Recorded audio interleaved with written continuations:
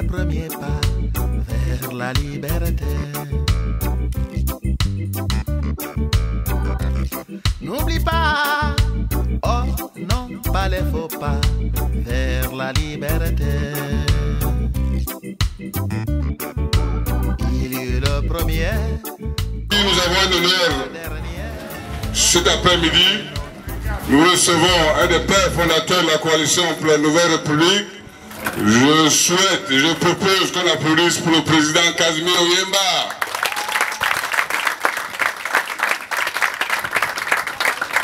L'opposition gabonaise est vivante, elle le montre. Elle sort ses griffes. Ce soir, dans le cadre d'un échange, du donner et du recevoir, nous avons un thème, le Gabon et les élections. Le Gabon, les élections. Ou les élections, le Gabon. C'est l'occasion pour vous les jeunes, pour tous les habitants d'Akanda de poser des questions. Notre principal orateur, que j'ai cité, Jean-Gaspard Ntoutumaï.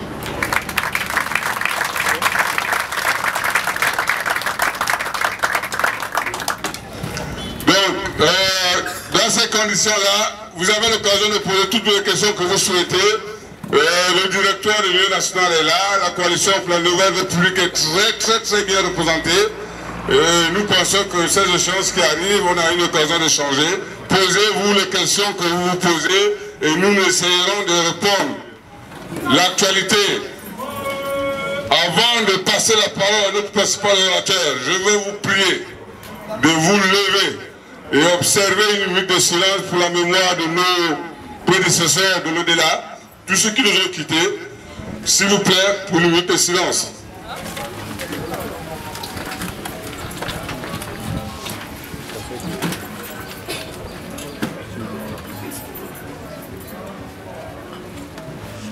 Merci. Je vais inviter ici respectueusement M. Jean-Gaspard Ntoutumaï pour son propos liminaire. Monsieur Jean-Gaspard Ntoutumaï. Bonjour tout le monde. Merci Nazer. Merci à tous d'être présents. Monsieur le Premier ministre, le vice-président de l'Union nationale. Je suis assez touché de vous voir ici avec nous prendre un peu de votre samedi après-midi pour participer à cette causerie. J'aurai l'occasion peut-être d'y revenir tout à l'heure. Comme le disait Nazer, on a souhaité faire cette caravane pour discuter, échanger avec nos compatriotes sur notre pays d'abord. Sur notre pays parce que nous sommes des femmes et des hommes qui nous sommes engagés en politique, c'est-à-dire que nous sommes engagés au service de notre pays et il est important que de temps en temps nous fassions le point avec nos compatriotes et plus en ce moment qu'en d'autres. Cela nous semblait opportun. Le hasard veut que nous avons à côté de jeunes garçons. Félicitations à vous.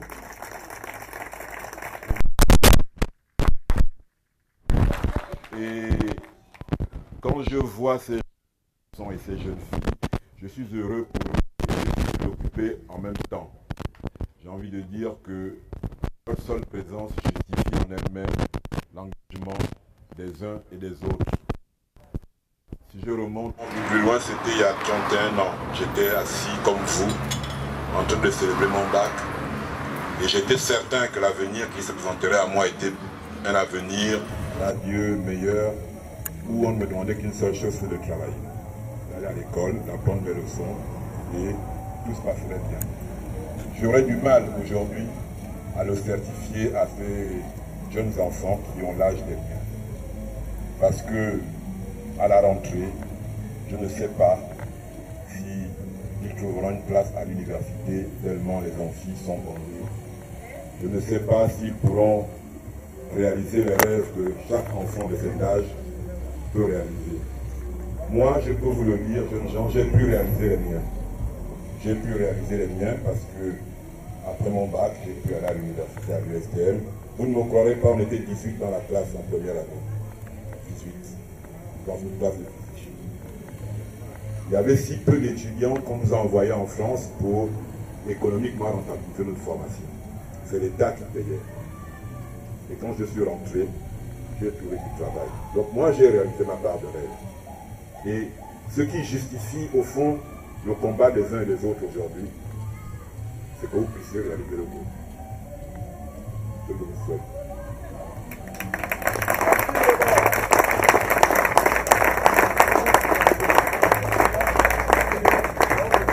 Et si j'ai réalisé le mien, c'est pour cela que je remercie particulièrement le ministre d'être là aujourd'hui. Nous le connaissons un peu tous, je pense que ce pays le connaît. Sans grande prétention, il n'y a pas 10 Gabonais qui ont eu la carrière et à son âge, il aurait pu faire des choses. Il aurait pu prendre des vacances, rester chez lui ou aller à l'étranger. Moi, j'ai eu la chance, depuis bientôt 9 ans maintenant, de le fréquenter hebdomadairement, de le voir venir passer ces mardis après-midi avec nous pour discuter du pays. Il n'y gagne rien à titre personnel, de mon point de vue, si ce n'est pour sa propre conscience, pour son humanisme, je dirais. Et c'est cela l'engagement politique. Parce que de nos jours, trop de gens s'interrogent sur le pourquoi nous nous engageons, pensant que cela dissimule des desseins inavoués. Ce monsieur qui est là devant vous, à quoi peut-il encore prétendre dans notre pays qu'il n'ait déjà eu? Qu'est-ce qu'il peut encore venir demander à un parti national comme l'Union nationale? Qu'est-ce que je peux encore lui offrir pour qu'il consacre ces mardis après-midi pendant 9 ans à des gens comme moi? C'est cela l'engagement politique. C'est aussi la plus grande prétention humaine, vouloir le bonheur de gens qui ne vous ont rien demandé. Pensez que vous allez vous mettre à leur service parce que vous pensez qu'ils en ont besoin. Vraiment, je vous remercie encore d'être avec nous ici cet après-midi. Je voulais que nous parlions au cours de cette caravane de notre pays parce que je pense qu'il se porte mal. Et comme je n'ai de cesse de le dire, s'il se portait bien, peut-être que nous n'aurions pas besoin de trop en parler, si ce n'est pour des questions. J'en discutais il y a 2 jours, il y a des pays où on se dispute maintenant pour savoir si on va rouler à 80 km/h ou à 90 km/h. Parce qu'ils ont résolu l'essentiel. Ils vont vraiment à la marge. Chez nous, on discute encore de l'essentiel. On discute de ce que j'ai un ami qui habite là en face, qui a construit sa maison, qui n'a pas d'eau, qui doit aller avoir un compteur à 800 mètres d'ici, tire des tuyaux et doit vérifier tous les jours qu'il n'y a pas un tuyau qui s'est percé. Voilà pourquoi sa pression d'eau n'est pas si bonne. Nous en sommes encore là. Pourtant, nous ne devrions pas être là. Nous ne devrions pas être là. Quand des gens disent notre pays est riche, oui, d'une certaine manière, notre pays est riche. Les dernières statistiques qui sortent disent que par tête d'habitants, le Gabon est le 2e pays le plus riche d'Afrique. Il se trouve par hasard que le premier, c'est la Guinée équatoriale. C'est-à-dire que la richesse de notre pays est suffisante pour couvrir les besoins de notre population. Seulement, elle est si mal distribuée que quand on regarde ensuite l'indice de développement humain, c'est-à-dire au fond, comment est-ce que les populations bénéficient de la richesse, on est dans les derniers. On est dans les derniers. Parce que notre richesse est mal distribuée. Cette mauvaise distribution, je continue de le dire, a une cause politique. Parce que finalement, le politique est au fondement de tout. Ce sont les politiques qui organisent notre vivre ensemble. Quand je parle de politique, c'est-à-dire les institutions politiques de notre pays. Et c'est parce qu'elles ne sont pas au service de notre pays que notre pays se porte mal. C'est parce que les femmes et les hommes, nos compatriotes, qui dirigent notre pays, ne consacrent pas leur énergie et ne consacrent pas les richesses de notre pays au développement de chaque Gabonaise et de chaque Gabonais. Et la raison pour laquelle ils ne le font pas, c'est qu'ils n'ont aucun intérêt à le faire. Ils n'ont aucun intérêt à le faire. Ils ne sont pas nos obligés parce que nous ne les avons pas choisis. ils se sont imposés à nous contre notre volonté. Les pays où les dirigeants politiques se mettent au service de leur population sont les pays où les populations ont choisi leurs dirigeants politiques. Cela est constant. Mais dès que les dirigeants politiques d'un pays se sont imposés contre la volonté de leur peuple, ils se mettent à leur propre service au détriment de leurs concitoyens. C'est ce qui se produit chez nous. Nazer parlait d'actualité. Aujourd'hui, on découvre une austérité au Gabon. D'une part, nos compatriotes qui en parlent font le mauvais diagnostic. Du coup, ils appliquent la mauvaise thérapie. C'est-à-dire qu'ils déterminent mal les causes de la crise dans laquelle nous nous trouvons. Et, conséquence, ils appliquent le mauvais traitement. Il y a deux causes à nos difficultés. La première cause, je le redis, elle est politique. Ils se sont imposés au pouvoir contre notre volonté. Je m'excuse de le citer à nouveau parce que c'était le 16 août et je m'en souviens en 2016. Où Casimir Oyemba, qui venait de concéder sa candidature à la candidature unique de l'opposition, nous disait en Kembo, nos compatriotes qui sont en face de nous, ils voudront s'imposer au pouvoir coûte que coûte, y compris au prix du sang des Gabonais. C'est ce qui est arrivé. Mais cet état de fait a mis notre pays dans... Plus personne de sérieux à l'étranger ne veut faire commerce avec le Gabon. Avez-vous vu un chef d'État sérieux venir rendre visite au Gabon depuis 2016? Non. C'est vrai pour les chefs d'État, c'est vrai aussi pour les investisseurs. Les entreprises ont fermé les unes à la suite des autres. Parce que ce qui s'est passé dans le pays donne froid dans le dos, a fait peur à tout le monde, a fait fuir tous ceux qui pouvaient fuir. Nous sommes restés au Gabon parce que nous n'avons pas d'autres pays. Mais ceux qui avaient d'autres pays, ils sont partis. Et ceux qui voulaient venir ont renoncé à venir. C'est pour ça que cette cause est d'abord politique. Et ensuite, elle a des conséquences économiques, des conséquences financières. Ces gens se sont imposés au pouvoir pour leur propre intérêt. Conséquence, ils consacrent les ressources de notre pays à leur propre plaisir, à leurs propres intérêts, et non aux intérêts du pays. Pendant que vous nous présentez les fonctionnaires comme étant la source de tous nos maux, ils continuent à vivre normalement. Peu de gens osent en parler, je le dis. Celui qui est chef de l'État gabonais aujourd'hui est allé suivre la Coupe du Monde aux frais du Gabon en habitant en Belgique ou enfin en Espagne, où il louait une villa 1 500 000 par jour. Je ne suis même pas certain qu'il soit déjà revenu. Et je disais aux Gabonais, il n'y avait en Russie à la Coupe du Monde ni équipe du Gabon, ni arbitre gabonais, ni ramasseur de balles gabonais, ni journaliste gabonais. Qu'est-il allé faire sur place? Pour son propre plaisir à lui-même. On distribue les bons de caisse en ce moment aux fonctionnaires. Posez-vous la question, ça coûte combien? À qui appartiennent les tentes sous lesquelles les fonctionnaires tentent de s'abriter du soleil? À l'entreprise du ministre de la fonction publique qui a organisé les bons de caisse. C'est-à-dire que pendant qu'il met nos compatriotes dans une situation inexplicable, il s'enrichit dessus. Il s'enrichit dessus. C'est ça la nature de nos compatriotes qui aujourd'hui sont au pouvoir. Et je leur dis, ils font le mauvais diagnostic. Tant qu'ils resteront au pouvoir contre notre volonté, ça ne marchera pas. Tant qu'ils resteront au pouvoir contre notre volonté, ça ne marchera pas. Ils nous ont tués, ils nous humilient, mais ça ne marchera pas pour autant. Et à aucun moment, ils n'envisagent de se dire, peut-être que la seule solution est d'interroger les Gabonais clairement et d'accepter le choix que les Gabonais feront.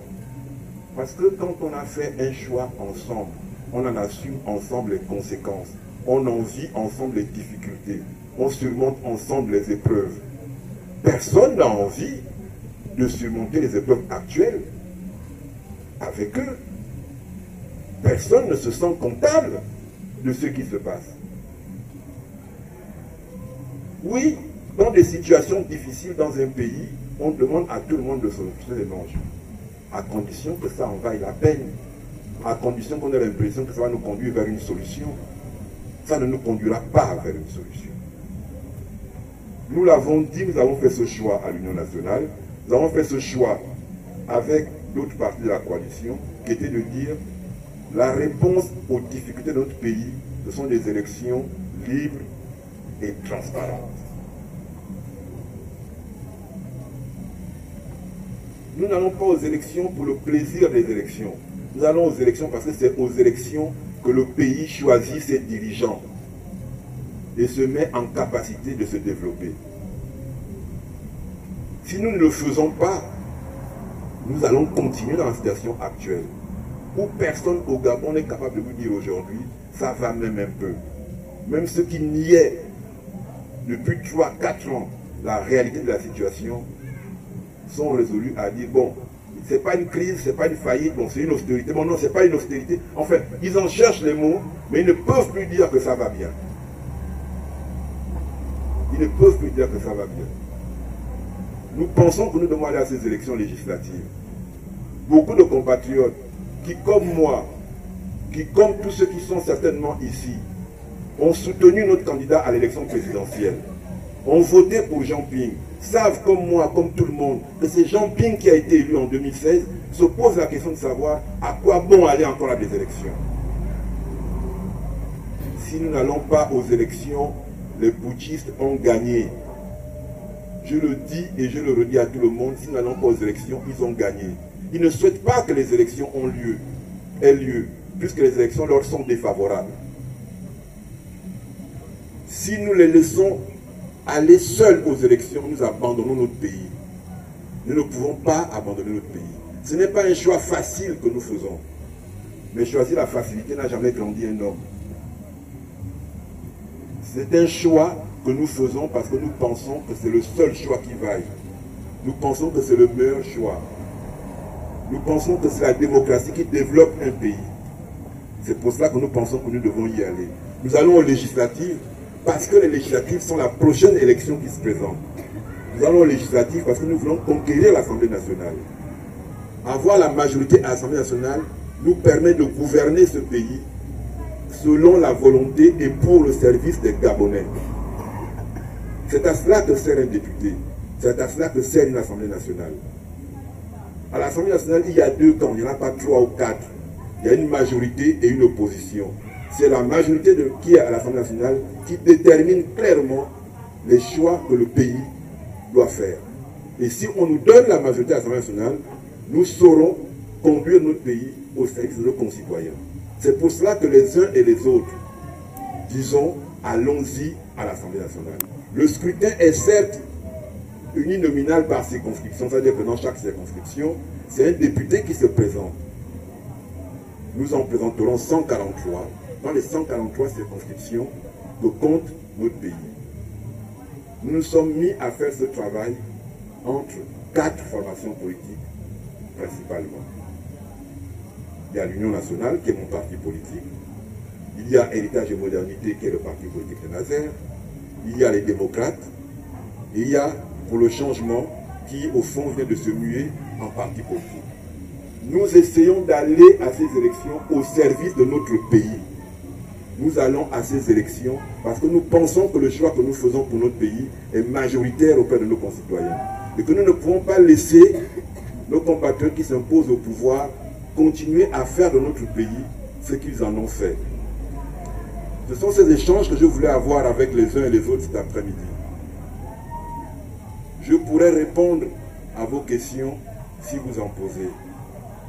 Je serais heureux d'entendre vos observations, vos interrogations, vos craintes, si vous en avez, vos doutes aussi. Je pense qu'il faudrait que chacun puisse s'exprimer parce que c'est par l'expression qu'on commence à partager le constat et peut-être à trouver ensemble les solutions.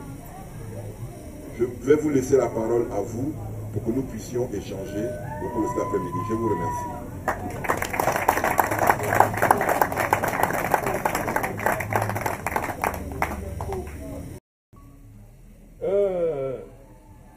Aimons notre pays, c'est nous d'abord au départ.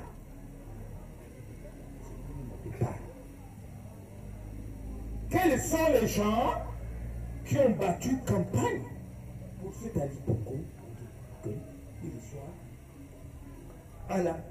pour nous gouverner, nous gérer cette triste sort? C'est nous-mêmes. Un président, ils savent qu'il n'avait même pas d'acte de naissance. Casimir a battu campagne. Et il était donc abattu campagne. Nous avons vu encore, regardez, ils étaient avec Jean Ping. Il y a l'autre là, René Demezobian, qui était son directeur de campagne interne. Aujourd'hui, il est président du Conseil économique et social. Maganga, nous savons. Vous voyez, c'est nous-mêmes. Nous sommes responsables. Même vous qui êtes là pour nous faire endormir, vous serez autour là-bas chez Ali. Oh, trop, c'est trop. Pardon, il y a beaucoup de choses dans ma tête. Merci beaucoup. Voilà. Il va prendre la parole à la suite de mon grand frère. Peuple, que Dieu vous bénisse. Amen. Cette fois-ci, on ne doit plus tricher. On en a marre. Moi, mon problème, j'étais une ancienne d'Air Gabon. Quand je suis passée hier, j'ai vu le journal. Est-ce que la compagnie nationale d'Air Gabon pourra encore être ouverte un jour? Nous n'avons pas honte que ce soit d'autres compagnies, les Ethiopian Airlines, les autres viennent chez nous. Vous n'avez pas honte?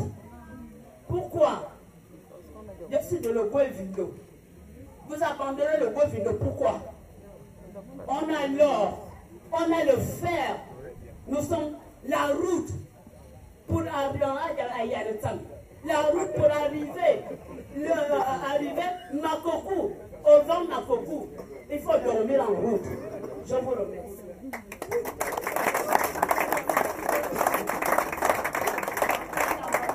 Une autre observation.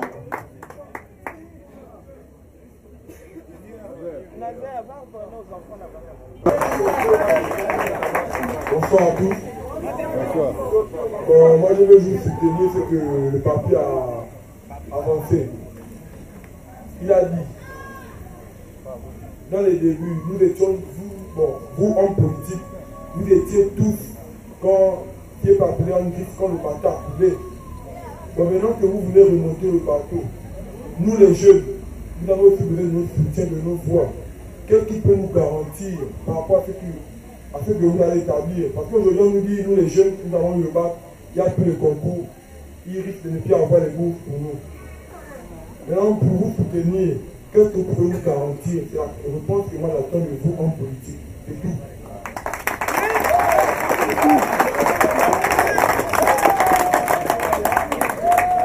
La jeunesse s'exprime, voilà. Là. Bon, Jean Gaz. Ah. Merci à ceux qui sont intervenus. Je le disais et merci à vous. Il y a en nous et en chacun de nous une très grande colère. Une très grande colère. Il y a des jeunes qui sont ici. Ce sont des jeunes qui travaillent. Et avec qui on avait eu une discussion chez moi il y a peut-être 3 mois où je leur proposais de m'accompagner dans cette caravane. Et la première discussion qu'on a eue, je m'en souviens. Je n'avais même pas mesuré combien ces jeunes-là avaient vécu la nuit du 31 août. Chacun d'eux me l'a raconté. je me rendais compte à ce moment-là que, au fond, en chaque Gabonais, il y avait une colère sourde. Et peut-être qu'il fallait, à un moment donné, laisser cette année avant qu'elle ne fasse des dégâts plus graves. Je comprends donc les propos des uns et des autres. Ils ne vont pas tricher.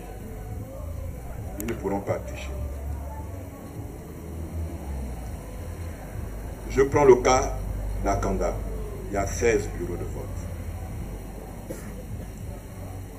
À l'élection présidentielle, c'est parce qu'ils n'ont pas pu tricher qu'ils ont tué. Parce qu'à l'élection présidentielle, nous avons surveillé nos bureaux de vote les uns après les autres. On l'a un peu oublié, mais 8 gouverneurs nommés par Ali Bongo ont déclaré officiellement qu'Ali Bongo a perdu dans leur province. Ils n'ont pas pu tricher. C'est parce qu'ils n'ont pas pu tricher qu'ils ont tué. Avec le temps, les Gabonais ont appris à surveiller une élection, à empêcher que comme avant, on aille bourrer les urnes. On ne peut plus bourrer les urnes aujourd'hui. On ne peut plus dire à quelqu'un, je te donne 10 000, tu vas voter pour moi, il faut que tu viennes me prouver que tu as voté pour moi. Ce n'est plus possible. On sait aujourd'hui garantir à nos compatriotes que ici à Akanda, on finit à 18 h, à 20 h, tout le monde sait qui a gagné, qui a perdu. Il n'y aura pas de problème, c'est Nicolas, vous pouvez le croire. Ça, je peux. Aux jeunes qui a parlé, je comprends votre question. Je la comprends. Mais je ne vous demande pas de me faire confiance. Je vous demande de choisir pour votre propre avenir. C'est de votre avenir qu'il s'agit.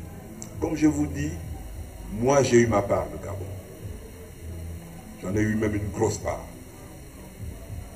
Vous devez vous battre pour votre part de votre pays.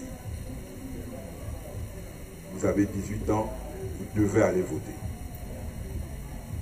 Quand vous allez voter, vous devez choisir ce qui est bien pour vous. Pas ce qui est bien pour votre père ou pour votre mère ou pour votre voisin. Ce qui est bien pour vous. Vous ne pouvez pas penser aux autres si vous ne pensez pas d'abord à vous-même. Et c'est quand chacun de vous aura pensé à lui que notre pays ira bien. Ne choisissez pas la facilité, c'est tout ce que je vous suggère. Vous allez commencer vos études. Choisissez ce que vous avez envie de faire. Si c'est difficile, surmontez la difficulté. N'essayez pas de l'éviter. Les hommes politiques que nous sommes sont vos obligés. Nous sommes à votre service. Vous devez exiger de nous le meilleur que vous voulez pour vous-même. Ne venez pas nous soutenir. Venez exiger pour nous le meilleur. Du moins, venez nous exiger à nous ce que vous voulez pour vous-même. Quand vous l'aurez compris, vous verrez que quand vous vous levez, l'homme politique s'assoit et vous demande pardon.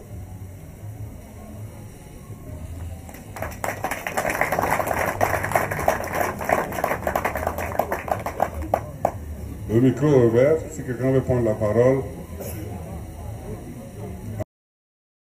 Qui veut prendre la parole? Ah, bon grand frère va prendre la parole.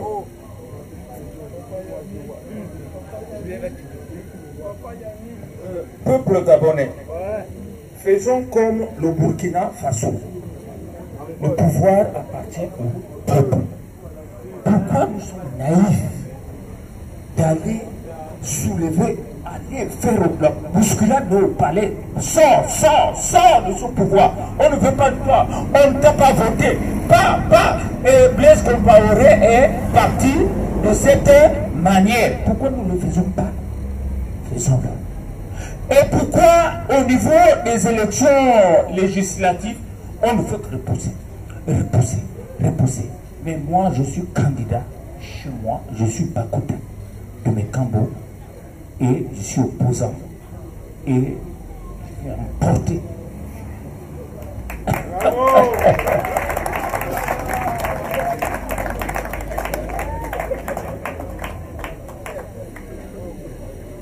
Oui,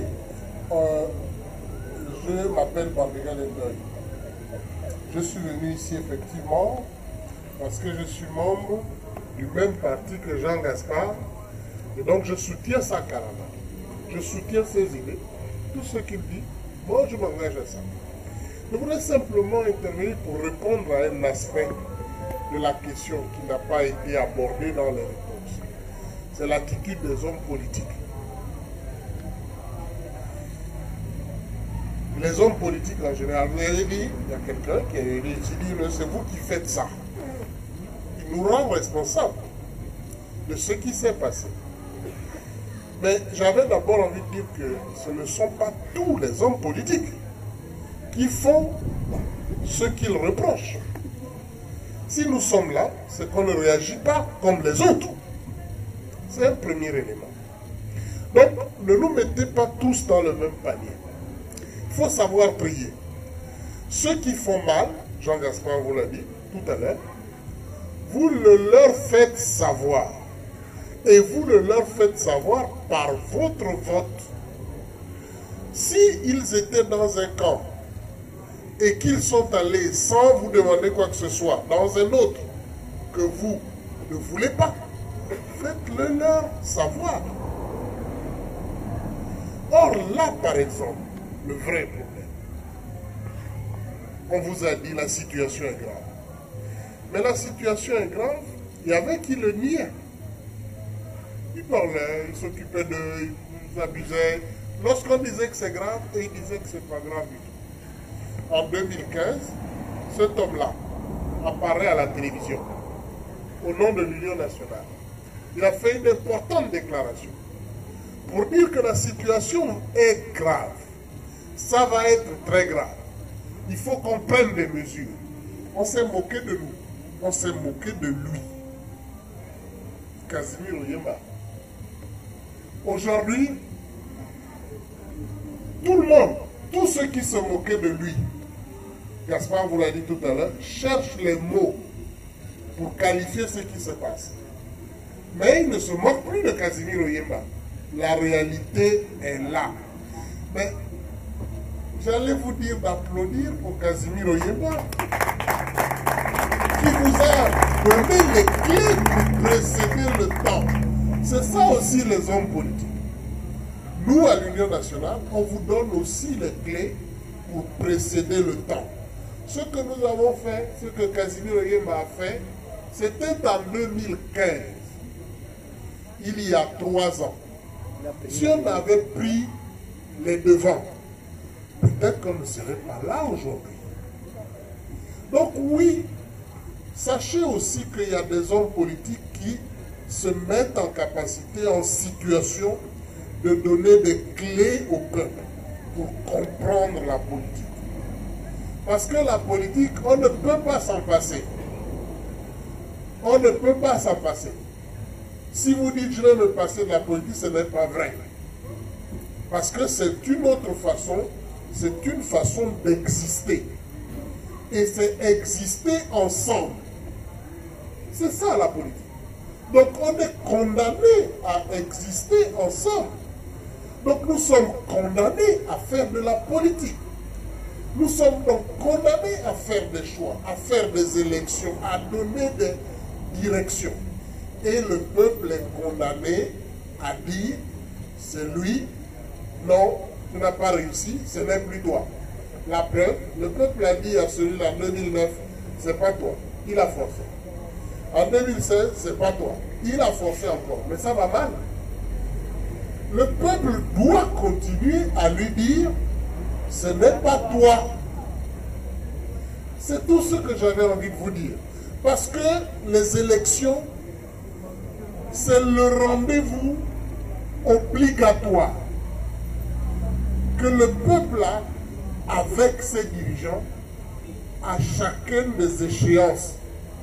Lorsque les élections s'organisent normalement, le pays n'a jamais de problème. Et ça aussi, c'est Casimir Oyemba qui le dit. Un pays qui commence à reporter des élections, ça veut dire que ça marche déjà mal. Or là, depuis 2016, on a reporté combien de fois les élections? 3 fois. Maintenant, on va, alors qu'on aurait dû voter en décembre 2016, on en est à 2018.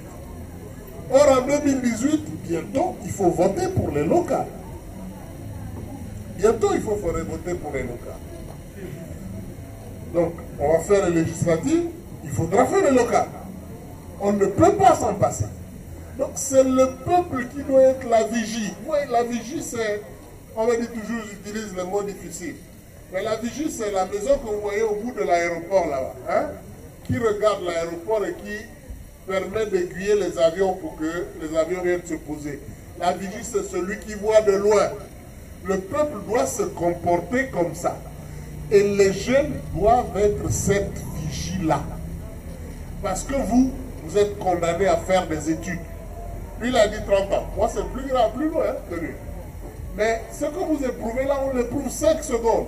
Quand je l'ai éprouvé, moi, un prof de mathématiques m'a demandé « Qu'est-ce que vous allez faire l'année prochaine ?» J'ai dit « Je vais à l'université. » Et tout de suite, je me suis dit « Ah, qu'est-ce que je vais faire l'année prochaine ?» Donc, vous voyez, ça là, ça reste 2 secondes. Mais après, il faudra se poser les questions de la réalité. C'est très important pour tout le monde, pour tous ceux qui sont là, même pour ceux qui nous attendent dans les maisons. L'élection, c'est un rendez-vous nécessaire et obligatoire dans un pays normal. On ne peut pas s'en passer.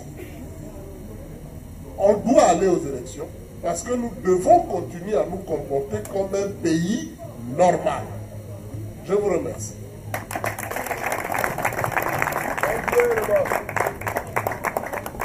Merci, vice-président.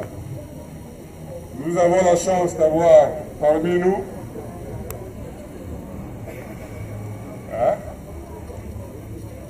moi j'invite une belle dame, vous avez la parole, le micro. Bonjour à tous.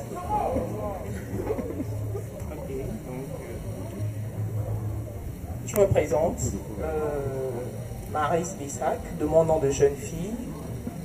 J'ai un tout petit peu suivi les interventions des uns et des autres, notamment celle de Jean Gaspard et de ce cher monsieur qui vient de terminer son intervention.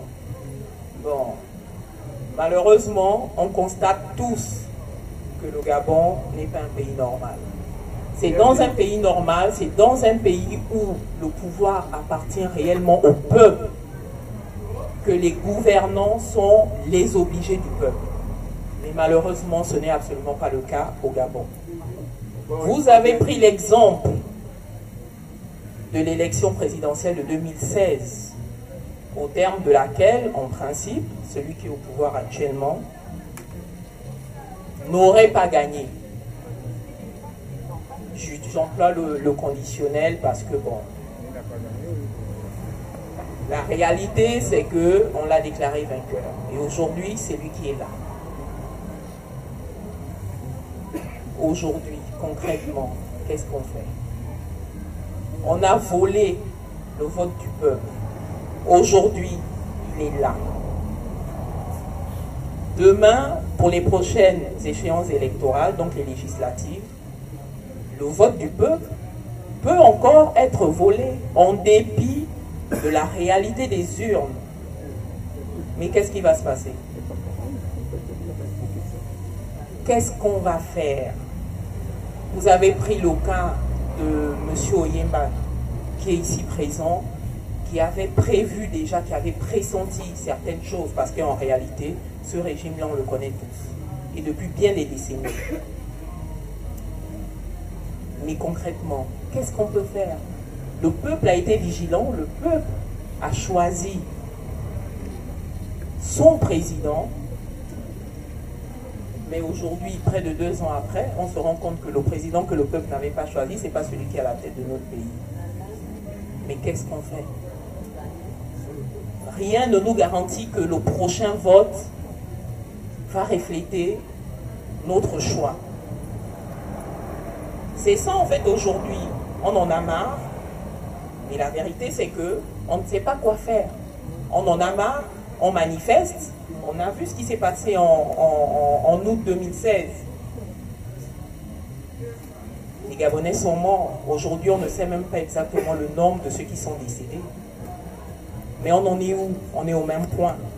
Et aujourd'hui, le pays ne fait que s'engouffrer davantage. Les sociétés sont en train de fermer, les gens se retrouvent dans la rue. Aujourd'hui, on en est réduit au bon de caisse pour les fonctionnaires. Et pourtant, je pense que depuis 2009-2010, on n'arrête pas de faire des audits, notamment de la fonction publique. Donc en réalité, on doit savoir c'est qui les fonctionnaires fantômes. Mais pourquoi on veut fatiguer d'honnêtes citoyens? Qu'est-ce qu'on fait concrètement?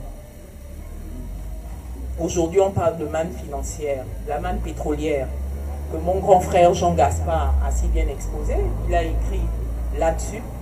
Mais aujourd'hui, on ne dirait même pas que le baril du pétrole se vend à un prix plus élevé que les prévisions budgétaires. Il est où cet argent? Qu'est-ce que nous, on peut faire concrètement? Parce qu'aujourd'hui, le peuple est fatigué. Il n'a pas d'issue. Qu'est-ce qu'on fait? Merci.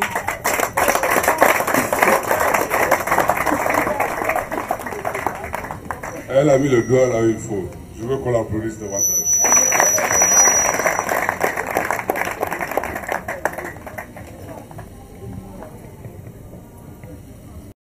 Bonsoir à tout le monde. Je suis Firmin Olo. Je voudrais, après cette interrogation vraiment presque nationale, parce que c'est une préoccupation nationale, partout ici à Libreville, les uns et les autres se posent cette question. Parce que fatigués, parce que beaucoup trompés par tel ou tel, la situation restant la même, malgré les efforts du peuple gabonais. Mais pour cela, je voudrais que nous puissions avoir une autre grandeur d'esprit dans ce sens. C'est en fonction de ce qu'on veut qu'on mesure ce qu'il y a lieu de faire. Parce que si effectivement ce dont on parle était juste axé sur ce qui est simple, ce qui est personnel pour un individu, oui, quelqu'un pouvait dire non, je peux balayer parce qu'il y a d'autres alternatives. Mais ce qu'on est en train de dire, c'est sur notre Gabon. C'est pour le Gabon. À partir de cet instant, est-ce que parce qu'on a été largement trompé, largement abusé, largement volé, sous-estimé,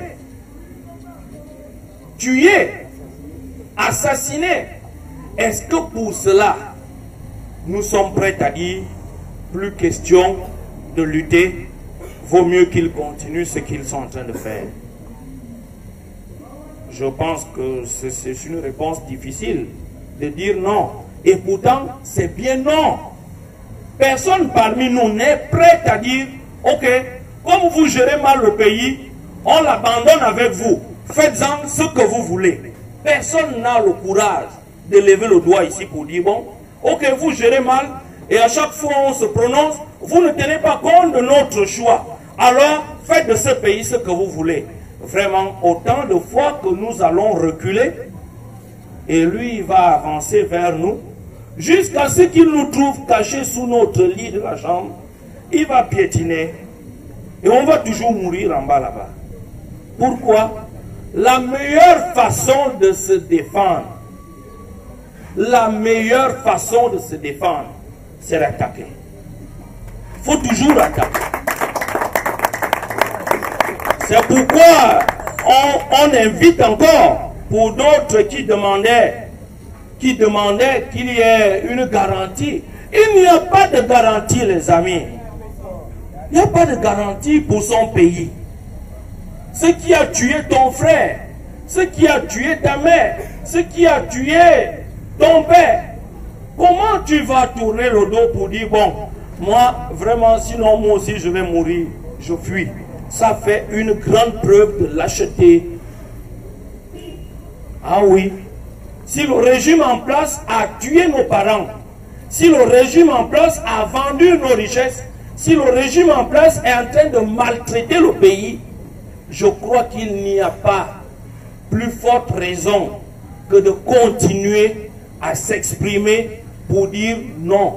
On vous refuse toujours, on vous refuse toujours, on vous refuse toujours, jusqu'au dernier moment, il faut leur dire, nous ne sommes pas contents de ce que vous faites.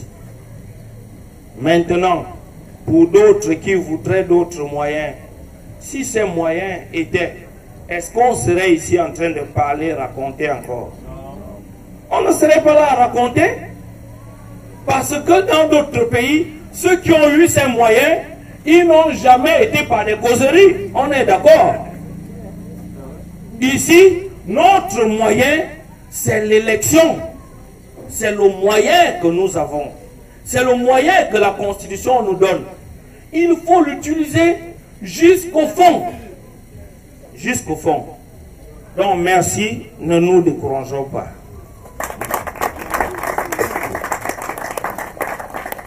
Oui, cher ami.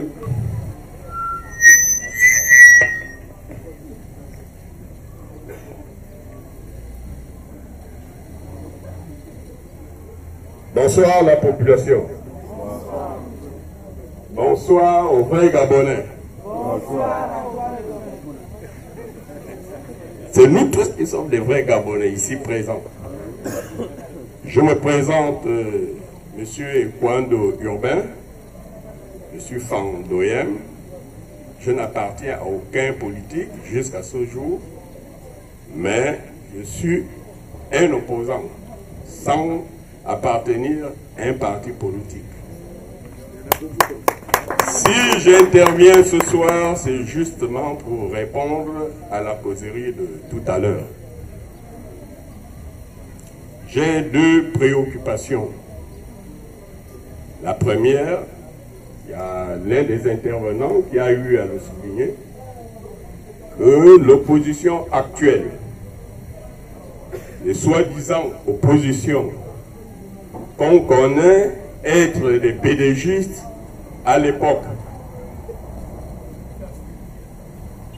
ils sont dans l'opposition au moment où nous parlons. Certes, je ne voudrais pas parler de garantie de quoi que ce soit, mais est-ce que cette opposition-là est vraiment solidaire et confortée à amener le peuple gabonais à atteindre le pouvoir? Parce que on constate que à l'heure actuelle, cette opposition, comme on le dit dans les journaux Makaya, c'est une opposition de ventre. Parce qu'on est parti de là où on était engraissé. On doit continuer à cogner. Un morceau s'en va et puis à un moment donné, l'arbre tombe. Et il tombera si on continue à cogner. Ce n'est qu'à cette condition qu'il tombera. Amusez-vous à donner 2 coups de hache à un arbre, vous partez pendant 2 ans, quand vous revenez, il s'est reconstitué comme si de rien n'était. Ne faisons pas cette erreur.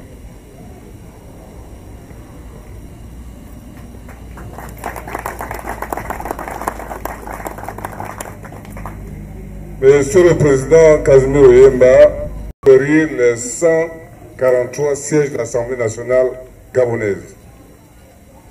On a la chance de vous avoir parmi nous. J'aimerais écouter de la bouche du compteur lui-même les paroles de sagesse. Quelle est votre vision? Sous vos acclamations, j'invite humblement et modestement le Président Casimir Oyemba.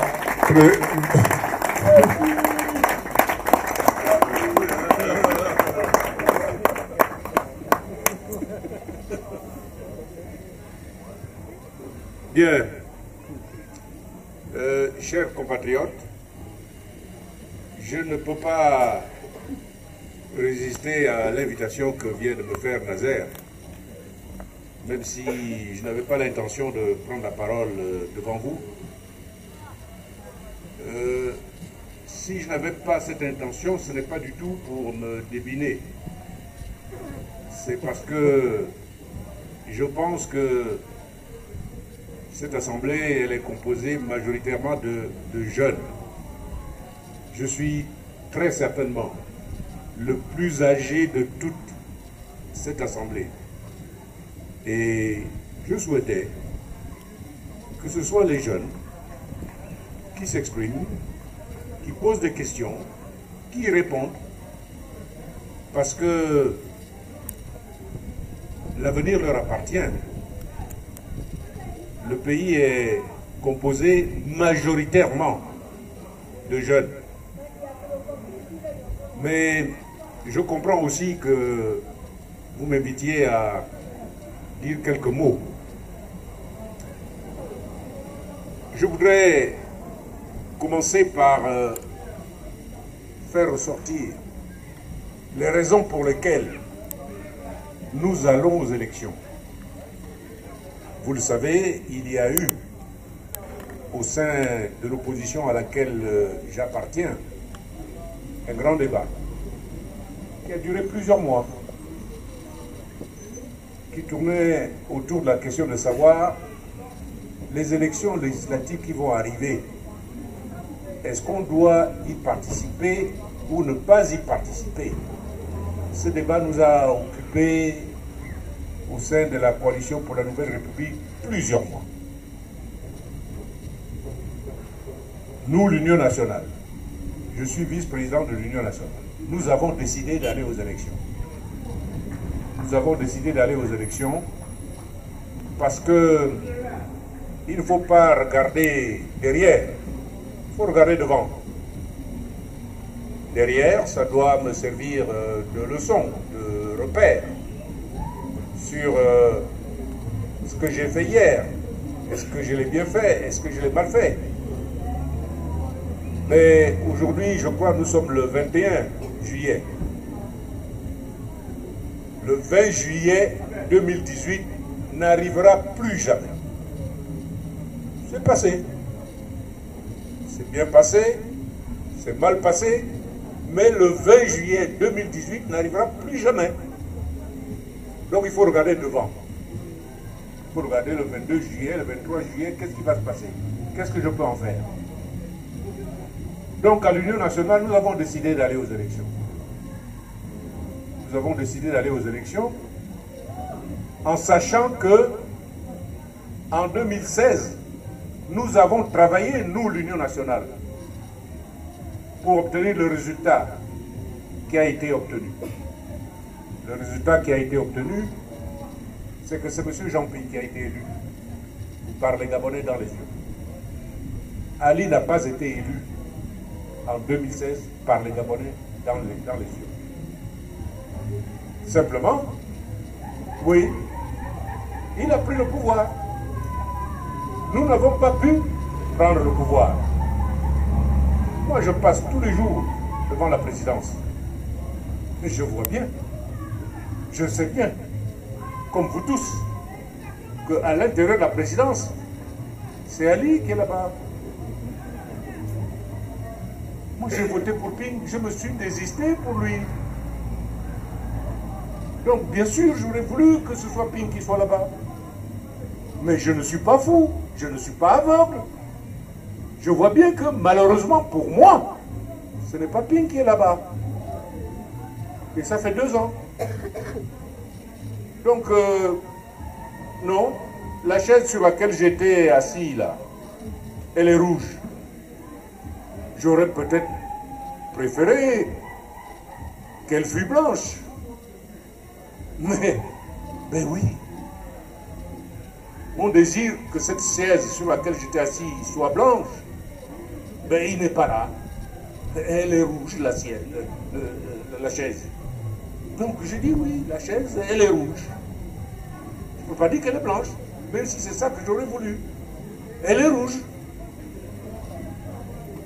Et puis, je voudrais dire aussi qu'il faut tirer les leçons du passé. En 2011, souvenez-vous-en, nous, l'opposition, celle à laquelle j'appartiens, nous avons fait le tour du Gabon. Nous avons fait le tour du Gabon pour dire aux Gabonais les élections législatives qui vont arriver là. Nous n'allons pas y participer. Nous boycottons. Moi, j'ai fait partie de la caravane qui a fait le tour du Gabon pour aller dire ça aux Gabonais partout. Mais il faut avoir le courage de regarder ces actes, qu'ils aient été bons ou qu'ils aient été mauvais. Qu'est-ce qui s'est passé en 2011? Nous avons boycotté les élections. Nous avons eu une Assemblée nationale dans laquelle, sur 120 députés, il y avait 115 députés du PDG. Je ne peux pas oublier ça. Je ne peux pas oublier ça. Et ça, en partie, c'est parce que nous avions décidé de ne pas aller aux élections en 2011. Donc oui, nous, à l'Union nationale, nous avons dit non. Il ne faut pas refaire la même bêtise. Allons-y. Quand nous y allons, nous ne nous faisons pas d'illusions. Nous savons que nous allons aux élections face à un parti qui est enraciné depuis 50 ans. Nous savons ça. Nous savons que c'est ce pouvoir qui nomme les préfets, les gouverneurs, les sous-préfets, et même les maires, au travers d'élections qui sont un peu façon. Nous savons tout ça. Mais nous disons aussi que si je regarde la colline qui est devant moi et que je me dis « Ah non, elle est trop haute, c'est pas la peine », ben oui, je vais rester toujours au bas de la colline. Nous disons « Il faut essayer ». Il faut essayer. Moi, j'étais Premier ministre en 90-94. Les premières élections législatives pluralistes organisées dans ce pays au sortir de la conférence nationale, c'était en octobre-novembre 1990. Je vous parle de choses que j'ai vécues. Quand nous sommes sortis de ces élections-là, le PDG, ceux qui sont allés aux élections avec le drapeau du PDG à la main, c'est ceux-là que j'appelle le PDG. Nous sommes sortis des élections avec 63 députés. La majorité, c'est 61 députés. C'était. Nous avons eu 63 députés, c'est-à-dire 2 voix de plus que la majorité. C'est-à-dire que c'était une majorité extrêmement serrée. Bon, avec les indépendants. Moi, je vous le dis déjà, hein, quand vous allez voir ici à Kanda, un type venir se présenter à vous dire que votez pour moi, je suis indépendant. C'est des histoires. Les indépendants là, c'est des pédégistes camouflés. Il faut le savoir, je vous le dis déjà. C'est pas la peine de voter pour eux. Donc, avec les indépendants, parce que en 90, oui, chancelant était déjà. C'est ce que tout le monde pensait. On pensait que d'un moment à l'autre, il allait partir. Donc il y a des gens qui étaient autour de lui, qui étaient des pédégistes avant, qui n'osaient plus aller devant le peuple, solliciter un mandat de député avec le drapeau du PDG en main, parce qu'ils se disaient, on ne sait jamais, peut-être que demain matin... Mais non, mais c'est comme ça. Donc, quand après ils ont appris qu'on a eu la majorité, bon, ben alors ils sont revenus. Les êtres humains sont comme ça. Vous n'allez pas les changer. Je le dis pour, je ne sais plus quel est le compatriote qui posait tout à l'heure le problème des gens qui changent de positionnement politique. Les hommes sont comme ça, Dieu les a fait comme ça. Ils sont là aujourd'hui, demain ils sont là, vous n'allez pas les changer, ils sont comme ça. Bon, c'est la vie politique qui est comme ça. C'est la vie de tous les jours qui est comme ça. Mais après tout, dans vos vies, vous êtes comment? Vous êtes comment? Oui, parce que souvent on pointe du doigt les hommes politiques, parce qu'on pense que les hommes politiques, ils sont fondamentalement différents. Non, les hommes politiques sont d'abord des hommes qui sont engagés dans la politique. C'est comme quelqu'un qui est médecin. Il est d'abord un homme avant d'être médecin. Le fait qu'il devienne médecin n'enlève pas le fait qu'il soit un homme. Donc, dans nos vies, nous faisons comment? Aujourd'hui, je suis avec une femme, je lui dis, maman, c'est toi, c'est toi, c'est toi. Puis demain, je change. Parce que j'en ai vu une autre à qui j'ai dit, maman, c'est toi, c'est toi, c'est toi.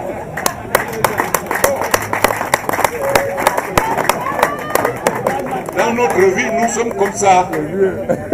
Donc, les hommes politiques, bon, leurs allées et venues, il ne faut pas s'en formaliser outre mesure. Bien, il faut simplement en tirer les conséquences par votre vote.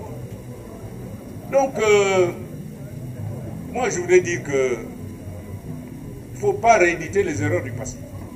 Allons aux élections. Lorsque nous sortons des élections en 90, je voulais en terminer avec ça, il y avait à l'Assemblée nationale de 1990, c'était la 8e législature, à peu près, peut-être une quarantaine de députés de l'opposition. Et pas des moindres. Et pas des moindres. Pierre-Louis Agodjo, Ndobon Jean, Pierre Kombila, le général Eya Thomas, M. Anakle Bichielo. Enfin, je ne peux pas les citer tous. Mais je peux vous dire, moi qui étais Premier ministre à l'époque, quand j'allais à l'Assemblée nationale pour affronter ces députés de l'opposition, nous avions la majorité, nous le PDG. Mais ils représentaient une masse de députés, je peux vous dire qu'il fallait se préparer. Il fallait se préparer. Souvenez-vous-en, à l'époque, les grands débats à l'Assemblée nationale, mais ils étaient suivis par la population gabonaise. Les gens s'intéressaient à ce qui se passait à l'Assemblée nationale. La dernière assemblée qui vient de finir là, qui s'intéressait à ce qui se passait là-bas? Personne. Je peux dire personne. Pourquoi? Parce qu'il n'y avait plus d'opposition à l'Assemblée nationale. Donc il est important qu'il y ait à l'Assemblée nationale une opposition qui se manifeste, qui fasse entendre une voix différente de celle du pouvoir. C'est important que dans un pays, on n'entende pas qu'un seul son de cloche. Rien que pour cette raison, il faut aller aux élections. Et puis, mais qui sait? Mais qui sait? Lorsque nous sommes allés aux élections présidentielles, qui était sûr que nous allions gagner? Personne. Nous avons gagné pourquoi? Parce que nous nous sommes organisés. L'opposition a décidé, pour la première fois, d'aller aux élections groupées, unies. Deuxièmement, nous avons décidé de défendre notre vote dans les bureaux de vote. Il y a des gouverneurs de province qui, pour transmettre les résultats à Libreville, ont été menacés par les populations qui se sont groupées au gouvernorat pour dire, monsieur le gouverneur, nous connaissons les résultats. Si vous les connaissez, nous les avons. Si vous transmettez à Libreville des résultats qui sont différents de ceux que nous connaissons, vous allez voir ce que vous allez voir. Mais c'est comme ça que ça s'est passé. C'est comme ça que dans le pays des nègres, on gagne des élections. Parce que nous sommes un pays de nègres. Nous ne sommes pas un pays normal encore, il faut le dire. Dans le pays des autres, dans le pays des blancs, ce qui sort des urnes, c'est ça qu'on dit. Mais vous savez tous que pour le moment, dans notre pays, ce n'est pas encore comme ça. Pour que ça le devienne, ce n'est pas Dieu qui va nous le donner. Comme les gouttes d'eau qui tombent au Gabon en saison de pluie. Nous ne faisons rien pour que la pluie tombe. C'est Dieu qui fait que la pluie tombe. Mais la démocratie, ce n'est pas comme ça. La démocratie, c'est un combat. C'est une lutte. C'est quelque chose qui s'arrache. Ne croyez pas que la démocratie, je vous le dis les jeunes, ne croyez pas que la démocratie, elle va descendre du ciel toute seule. Ce n'est pas vrai. Ce n'est pas vrai. Elle n'est descendue du ciel nulle part, dans aucun pays. même chez les Blancs. Il y a eu la Révolution française en 1789, n'est-ce pas? Mais la Troisième République, dont on peut considérer qu'elle est le début de la démocratie un peu telle qu'on la conçoit aujourd'hui, mais c'est venu simplement au 19e siècle, c'est-à-dire peut-être un siècle et demi, 2 siècles après. Mais il ne faut pas croire que chez les Blancs, la démocratie est arrivée toute seule. Ils se sont battus. Il y a des gens qui sont morts pour ça. Donc, enlevez de votre tête l'idée qu'on va nous octroyer la démocratie. Ce n'est pas vrai. C'est votre combat permanent, acharné, persévérant, de décade en décade, d'année en année. C'est ça qui finira par donner la démocratie.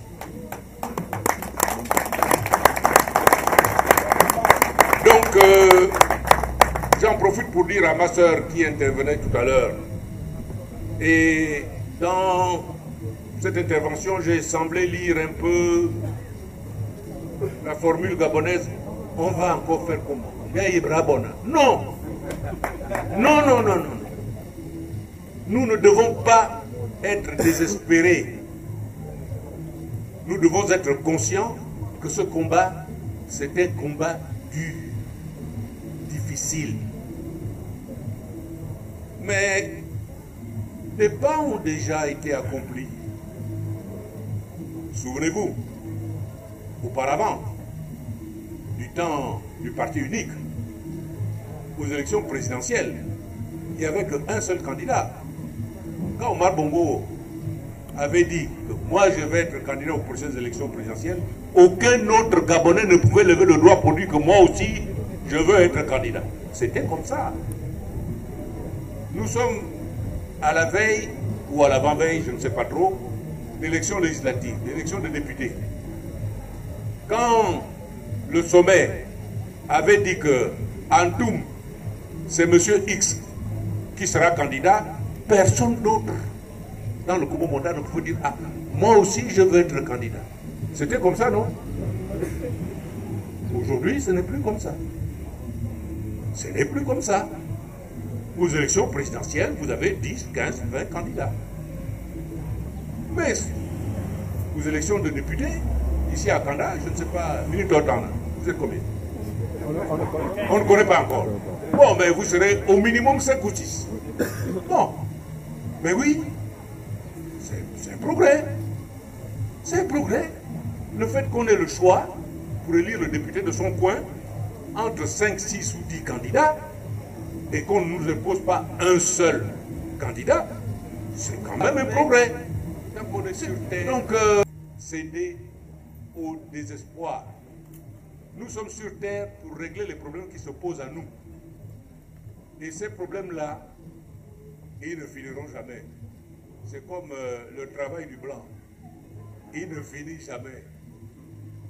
La construction de la démocratie, ça ne finit jamais. Même chez les blancs, ils continuent. Ils continuent à améliorer parce qu'ils voient qu'apparaissent ici de mauvaises choses, ils arrangent. C'est comme ça la vie. Donc, je voulais d'abord faire ressortir cela. Nous allons aux élections. Nous demandons donc aux Gabonais d'aller voter. La deuxième chose que je voulais faire ressortir, c'est que je suis heureux que nous ayons été accueillis ici par Nazaire, qui est de HM, Rassemblement, Héritage et Modernité. Cela préfigure ce que l'opposition gabonaise peut faire, est capable de faire. Je voudrais vraiment le faire sortir à l'attention de ceux qui sont ici. Le résultat que nous avons obtenu pour les présidentielles, nous l'avons obtenu parce que nous nous sommes organisés. Et ça a payé. C'est M. Ping qui a été élu par les Gabonais dans les urnes. Si M. Oyemba avait continué sa démarche, si M. Nzouba avait continué sa démarche de son côté, si M. Ngoulakia avait continué sa démarche de son côté, et M. Pingouti de son côté tout seul, jamais, jamais nous n'aurions eu ce résultat. Donc, oui, puisque ça a marché une fois, pourquoi ne pas essayer? Pourquoi ne pas essayer? Moi, je me souviens, quand nous sommes arrivés le lendemain de la conclusion de cet accord, au carrefour du marché de Nkembo, de voir la foule des gens qui étaient massés, leurs cris de joie, je vous assure, j'ai eu le frisson. J'ai eu le frisson et je me suis convaincu encore une fois que oui, nous avons fait le bon choix. Nous avons fait le bon choix. Et c'est ça qui a permis d'obtenir le résultat que nous avons obtenu.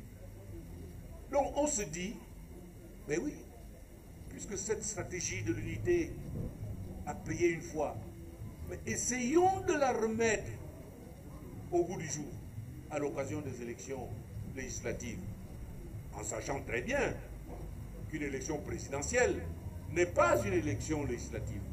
À une élection présidentielle, il y a une seule circonscription. Aux élections législatives, il y aura 143 circonscriptions. Nous savons que c'est différent. Nous savons que ça sera difficile. Ces conversations, nous les avons entamées depuis déjà 3 ou 4 mois avec les autres partis qui ont accepté d'aller aux élections, les autres partis de l'opposition à laquelle j'appartiens, je le précise toujours, qui ont accepté d'aller aux élections et qui ont accepté d'essayer de regarder cette affaire de stratégie commune. Je vous mentirais si je vous disais que ça se passe comme une lettre à la poste. Ce n'est pas vrai, ce n'est pas possible. Nous sommes chacun un parti politique qui a des ambitions, qui veut faire élire le maximum de députés. N'est-ce pas? Nous avons des candidats dans tous nos partis. Donc, leur faire comprendre que oui, Oyemba veut être candidat, je ne sais pas moi, à l'Ebamba, il est de l'Union nationale, mais Mouketou Georges, qui est de Rassemblement, Héritage et Modernité, lui aussi, il est de l'Ebamba, il veut être candidat aussi à l'Ebamba. Comment faire comprendre au candidat Oyemba que, écoute, peut-être que Mouketou est mieux implanté que toi, il faut peut-être mieux que tu... Comment faire comprendre à Mouketou que peut-être que c'est Oyemba qui est mieux placé à l'Ebamba que toi? C'est difficile. Je ne peux pas vous le cacher, c'est difficile. Mais c'est ça qu'il faut essayer de faire. Ce n'est pas parce que c'est difficile qu'il ne faut pas essayer. Il faut essayer. Donc nous sommes en train d'essayer ça. C'est ce qui explique que Nazer nous accueille ici et je me félicite que ce soit le cas. Donc, oui, nous essayons de faire ça. Ok, il y a 143 sièges de députés. Bon, peut-être qu'on arrivera sur 80 sièges, 100 sièges, à promouvoir une candidature unique de l'opposition. L'opposition à laquelle j'appartiens. Pas l'autre, là. Celle dont on a parlé... Non. Ça, ce n'est pas pour nous. Ce n'est pas l'opposition pour nous. Donc, il subsistera forcément ce que je peux appeler un noyau dur. Un noyau dur de circonscription où nous ne pourrons pas arriver. Fort heureusement, maintenant, il y a 2 tours de scrutin. Les 2 tours de scrutin, souvenez-en, madame, ça aussi, c'est le résultat d'un combat. Parce qu'avant, c'était un tour. Bon. Oui, c'est des petits pas qu'on fait. Voilà. Donc, heureusement qu'il y a 2 tours maintenant. Là où nous ne pourrons pas, là où ce sera vraiment dur, bien, on dira aux gens, bon, allez tous à la pesée, au premier tour. Mais nous signerons avant un accord pour dire, celui de l'opposition qui arrivera au premier tour en tête devra être au second tour soutenu par les autres. Voilà un peu la stratégie que nous sommes en train d'essayer de promouvoir. Je souligne le fait que ce n'est pas quelque chose de facile. Ce n'est pas quelque chose de facile, mais nous nous fondons sur l'accueil que les Gabonais ont réservé à ce que nous avons fait à la présidentielle pour essayer d'imprimer une dynamique qui ressemble un peu à ça. Donc nous faisons appel au peuple gabonais qui aspire à l'alternance, qui aspire au changement, pour qu'ils soutiennent les candidats de la véritable opposition que nous allons positionner sur les différents sièges. Et ici à Kanda, je suis heureux que ce soit Jean-Gaspard Tutumayi qui soit notre candidat ici. Je demande naturellement aux populations de cette circonscription de porter massivement leur suffrage sur son nom lorsque les élections vont se produire. Je ne voudrais pas quitter cette estrade qui m'a été obligeamment confiée, prêtée par Nazaire, sans vous dire que je suis venu ici à la demande de Jean-Gaspard. J'ai répondu avec enthousiasme à cette demande de venir assister à cette causerie. Je le fais d'abord parce que Jean-Gaspard est un militant éprouvé de notre parti. Je le fais aussi parce que c'est quelqu'un qui correspond à ce que nous pouvons souhaiter pour notre pays. C'est ce genre de militants, c'est ce genre de personnes, c'est ce genre de cadres que nous souhaitons voir diriger le Gabon demain et après-demain.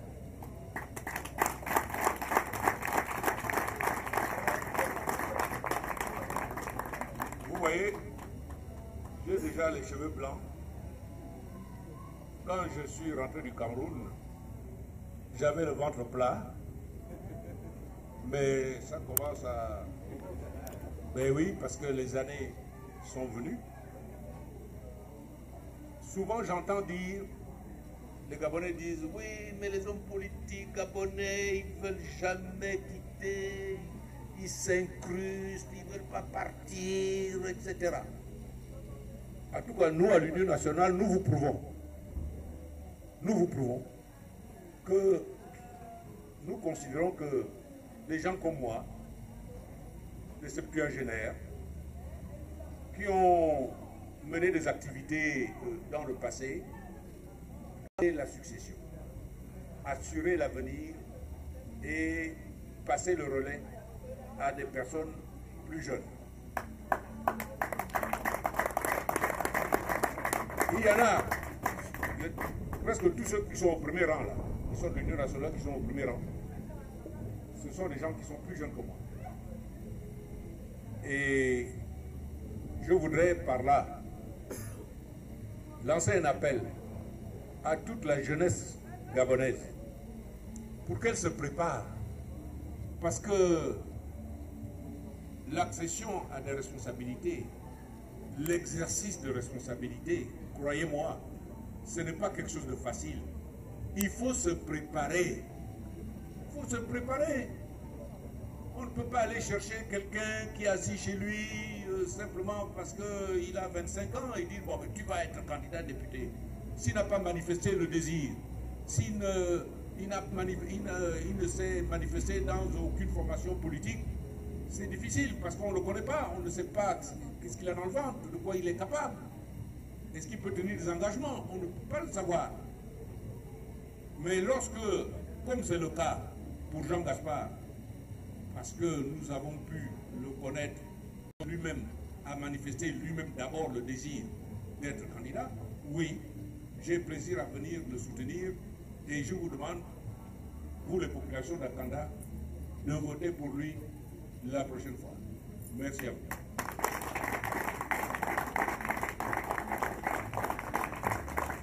Merci encore, Président. On applaudit très fort pour le Président.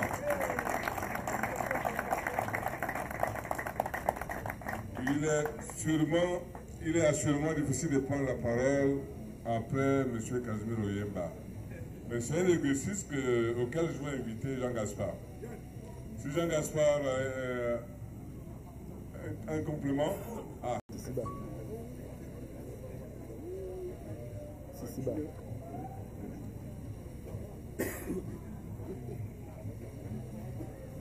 Bonsoir. Alain Kassa. En fait, je souhaiterais poser une question au Premier ministre. En fait, je n'ai jamais compris. Si j'ai bonne mémoire, en 2009 et en 2016, pourquoi avoir attendu presque la dernière minute pour venir faire la coalition avec les autres? Là, c'est la première question. La deuxième question, je souhaiterais encore savoir personnellement. Pourquoi, lorsque vous dites que là vous partez aux élections, mais le week-end dernier, je crois dans le 3e arrondissement, lorsque M. Yegen, votre collègue, a fait une meeting là-bas, il y a une dame qui disait que vous ne partez pas aux élections. Mais non, c'est que moi je n'arrive pas à comprendre. Pourquoi M. Yegen dit autre chose? Vous ici, vous dites autre chose. Et je ne comprends pas pourquoi c'est maintenant que vous commencez maintenant à faire des causeries. Entre-temps, avant, pendant qu'on parlait des enrôlements, tout à l'heure on parlait de nos enfants. Là je crois qu'ils sont 12. Dans les 12, il n'y a que peut-être un seul qui pourra voter. Parce que le reste là ne sont pas francs.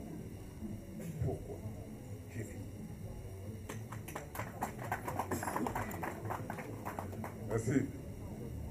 Ça permettra de conclure aussi peut-être après, sauf si d'autres personnes ont envie d'intervenir. Comme M. le Premier ministre est mon invité, je vais m'autoriser à répondre rapidement pour son compte pour deux choses. Il vous l'expliquait tout à l'heure sur le processus en cours où on essaie de désigner 143 candidats uniques sur 143 sièges. Ne soyez pas surpris qu'on y arrive la veille de l'élection. Ce n'est pas simple. C'est jamais simple. Les accords politiques qui interviennent 6 mois avant une échéance ont généralement 3 mois de durée de vie et se brisent la veille. Pour prendre le cas de l'élection présidentielle de 2016, il y avait eu un grand rassemblement, je crois en septembre ou novembre 2014, en Thioréré. On avait créé un grand mouvement pour une candidature unique. Ça s'est brisé en 2015. On a dû, moi, il m'avait fait l'honneur de me demander d'aller aux discussions de la Sablière pour la candidature unique. Je vous dis que ça a été 4 nuits blanches pour y arriver. 4 nuits blanches.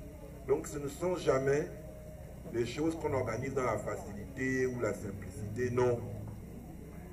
C'est brutal de demander à quelqu'un de renoncer à un projet pour lequel il s'est préparé, pour lequel il se sent prêt. Et pour des raisons les plus aléatoires qui soient. C'était quasiment un tirage au sort pour déterminer le candidat unique.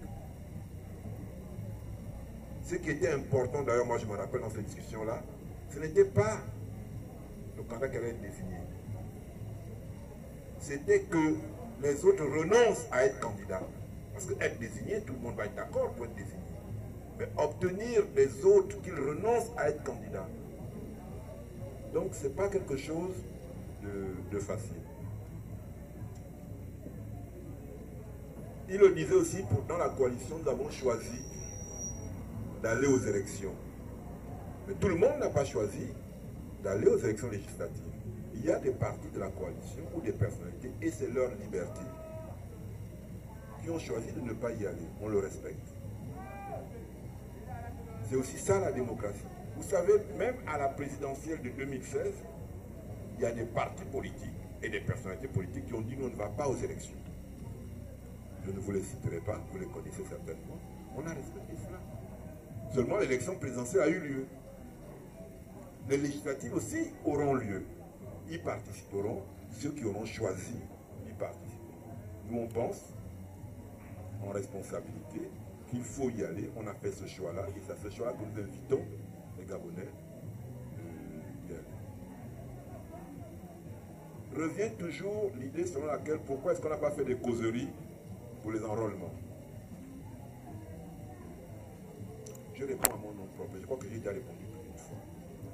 C'est une responsabilité individuelle. Un Gabonais doit savoir que pour être citoyen, il doit voter. Pour voter, il doit aller se faire enrôler. De la même manière que vous êtes exigeant envers les hommes politiques, et je l'accepte, je veux être exigeant à l'endroit de mes concitoyens. Votre pays ne se construira pas tant que vous resterez chez vous, sans vous faire enrôler, sans aller voter. C'est un minimum qu'on vous demande et qui ne vous coûte rien. Allez vous inscrire pour voter dans l'arrondissement où vous habitez, dans le quartier où vous habitez. Faites ce minimum pour votre propre estime, pour votre propre condition de citoyen.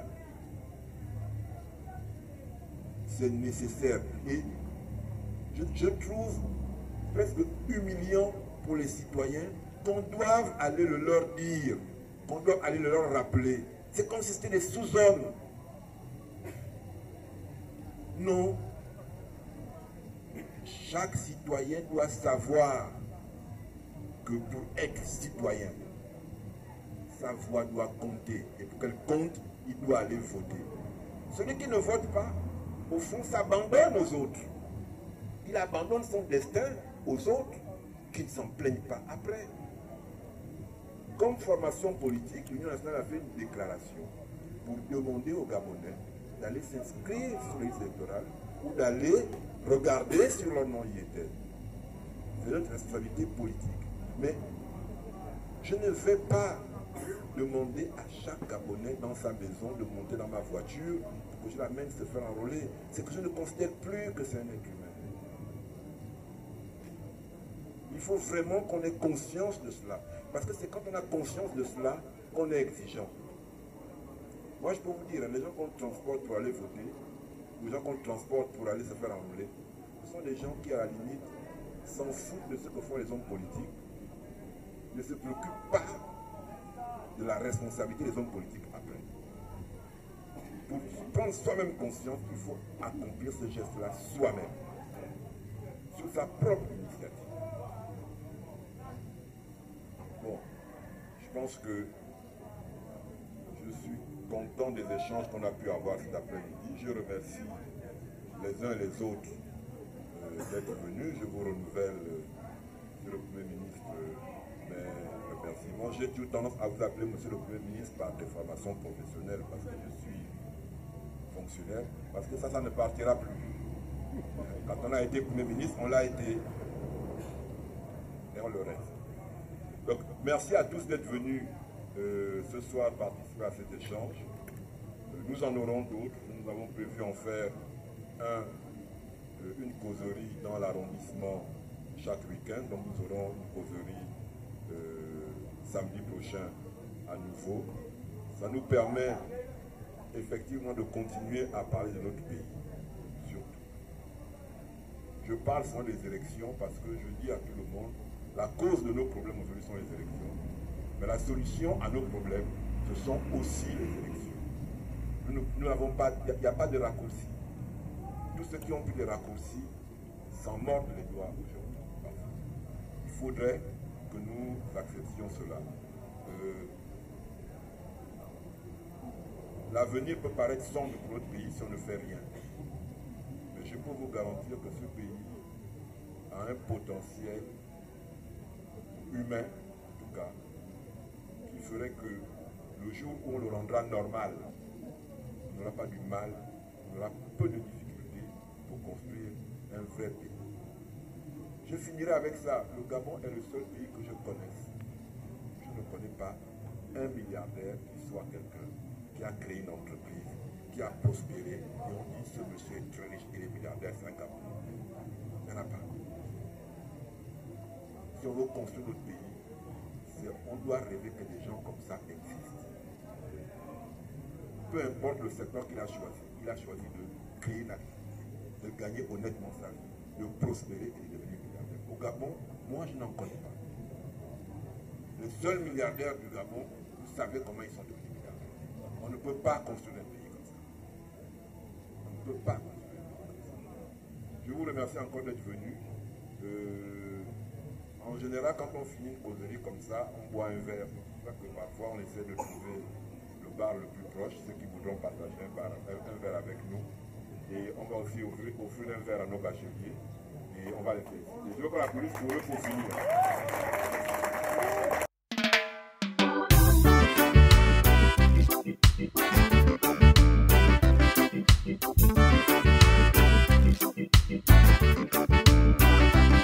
N'oublie pas, oh non, pas les faux pas.